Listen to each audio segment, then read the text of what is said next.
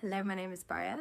I'm a Tantra teacher, energy worker, and guiding you to heal yourself. And this has been a big part of my head to heart journey, which is my movement. My mission is guiding you to really go on that journey from the head to the heart. And this still is humbly still on the journey, forever the student, is the journey how to become more conscious, more aware, more connected to our inner self union, this union that we're all craving externally. But what does that union even mean? And for me, it's been a deep practice of coming back home to the unlovable parts of myself that I hide, that are shameful, the controlling, manipulative shadow aspects of my little girl that has needed these survival strategies in order to feel safe. And a big part of my own healing journey, and now working with women and men the last 4.5 years, predominantly living in Bali. It was my main home for 7 years, and now also doing a lot of work online, group healing training programs, women's circles, retreats. This will be the 4th year we're running a head to heart retreat. So yeah, I'm in this space for a while. I'm very committed to my own evolution, and I'm really committed to support you on that journey home. And many of the clients that come to me are also in that place where they've been living so much in here: anxiety, stress, nervous system dysregulation, inability to express their desires, their boundaries, their voice, step into their Dharma, their purpose. As a lot of the women that I work with are space holders, yogis, in this kind of self-development world. And very much I've had to go through such a journey to really stand for something. What do I stand for? I used to be a topless waitress stripper for, I didn't work in strip clubs, but I was in Perth before living in Bali, and I worked as a topless waitress on boats. I got flown, in private little seaplanes and helicopters all around Australia to basically get naked and flirt and do what I'm really good at, which is talk and, flirt with men. And I used to get paid very well for it. However, that was kind of more what my ego liked, because it was easy money. I won't say easy, but it was very good money, and I didn't really have to use much efforting with my brain. I didn't have to market myself, do websites, it was all freelance. So I kind of learned from, this was at 19 years of age when I left home at 19 from England, and really went on a journey to find myself, or I guess find my home, which is right here.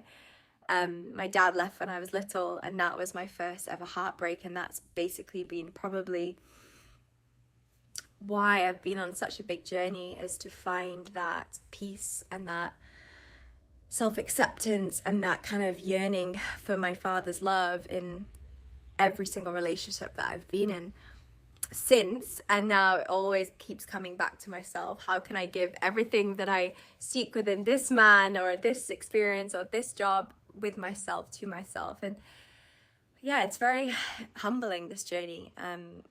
As women on this awakening journey, I also do work with men in my healing sessions, but predominantly online, and in my retreats I work with women. I hope one day more men, when they can ask for help and receive guidance. But right now, predominantly my Head to Heart program is a 6-month training and mentorship program, and it's kind of like the journey I've been on the last 7 years of going deep into my shadows, deep into releasing shame, trauma, helping opening up my self-expression, my cervical awakening, my orgasm, my ability to get on camera and share my story, and not be really embarrassed about what I say, just kind of all the things that we have to move through as women, like learning to to run a business, have staff, have work with friends, and like navigate like working with friends and building a company. And I've had a podcast for 2 years, they're called the Dharma Journey, which is now being rebranded, and all of the different things that I've tried on this entrepreneurial journey to support my business, to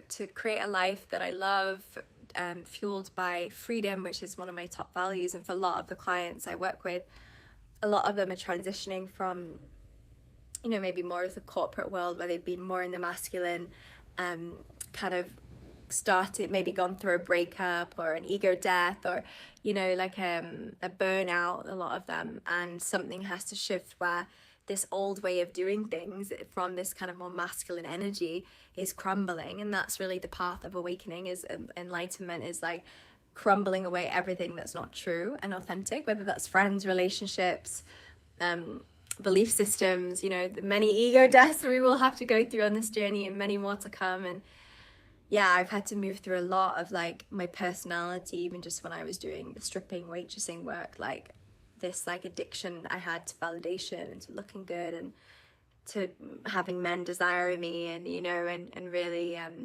yeah, even just recently I went on a 6-month celibacy, and I definitely would love to do it again, because there's this this leaky sexual energy that so many of us can have, where I definitely been guilty of it, where we've used our looks, our charm to get our needs met, because we didn't know how to meet someone on this level and meet someone from a place of an open heart. And this has been my journey the last year, is really slowing everything down, coming more into my feminine, more into rest, more into rejuvenation, pleasure, doing stuff from a place of alignment instead of from force, because I've burnt out many times, and that's why I've helped a lot of my clients with nervous system regulation and coming more into the feminine energy, because I know what it's like to struggle with these things. I really do. And the reason why I do this work is because I've tried to find solutions for my own problems, and I'm very committed to that, and gracefully being able to help a lot of you out there